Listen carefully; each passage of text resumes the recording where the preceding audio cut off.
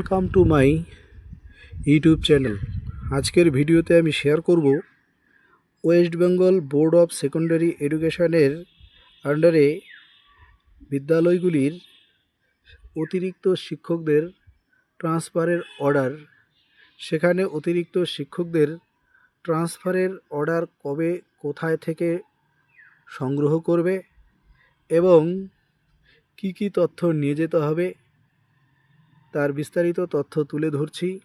যারা নতুন তারা আমার চ্যানেলটি সাবস্ক্রাইব করে পাশে থাকা বেল আইকন অন করে রাখবে এবং ভিডিওটি স্কিপ না করে প্রথম থেকে শেষ পর্যন্ত দেখো, তাহলে পুরো তথ্যটাই ক্লিয়ার হয়ে যাবে। দেখো, West Bengal board of secondary এডুকেশনের তরফ থেকে 13/7/2026 এ তারিখে নোটিশ জারি করেছে। লেখা আছে intimation to the candidate for collecting transfer order. তার মানে ট্রান্সফার অর্ডার কালেক্টিংয়ের জন্য নোটিশ জারি করেছে গত 13/7/2026 তারিখে। এবার এখানে লেখা আছে যে transfer order for teaching and non teaching staff. Teaching এবং নন টিচিং স্টাফদেরকে ওই ট্রান্সফারের জন্য অর্ডার কালেকশন করতে বলা হয়েছে। কোথা থেকে? নিবেদিতা ভবন, করুণাময়ী, DJ-B, sector 2, salt lake, Kolkata 70091। তারপর কি বলা আছে? The candidate may be requested to bring the following document both in original and self attested photocopy positively at the time of collection. তার মানে এই অর্ডার কপিটা কলকাতার সল্ট লেকের করুণাময়ী তে অবস্থিত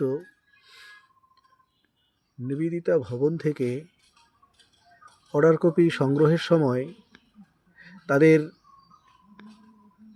সমস্ত ডকুমেন্টের অরিজিনাল এবং সেলফ অ্যাটাস্টেড করা কপি সেখানে নিয়ে যেতে হবে 24/7/2026 তারিখ বেলা 12টার সময়।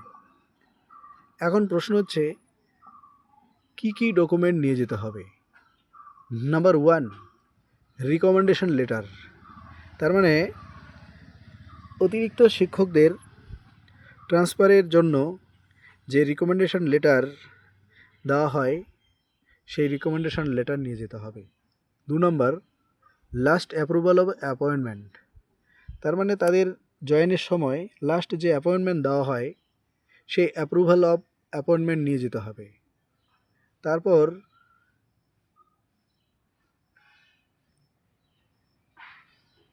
Memo of retention of additional post. তারা যে অতিরিক্ত শিক্ষক বা শিক্ষক কর্মী তার রিটেনশন ওটা নিয়ে যেতে হবে। তারপর 4 নম্বর বলছে 1, ফটো বেয়ারিং ডকুমেন্ট। একটা তার নিজস্ব পরিচয়পত্র নিয়ে যেতে হবে, যেমন ইপিক বা আধার বা পেন বা পাসপোর্ট ইত্যাদি যে কোনো একটা নিয়ে যেতে হবে। তারপর কি বলা আছে যে document will be match with recommendation letter. যে রিকমেন্ডেশন লেটার দেওয়া হবে তার সাথে তার যে প্রমাণপত্র সেগুলোর সাথে যেন মিলে, সেইভাবে তাদেরকে যেতে হবে। যদি না মিলে তাহলে কিন্তু তাদেরকে বাতিল করে দেওয়া হবে।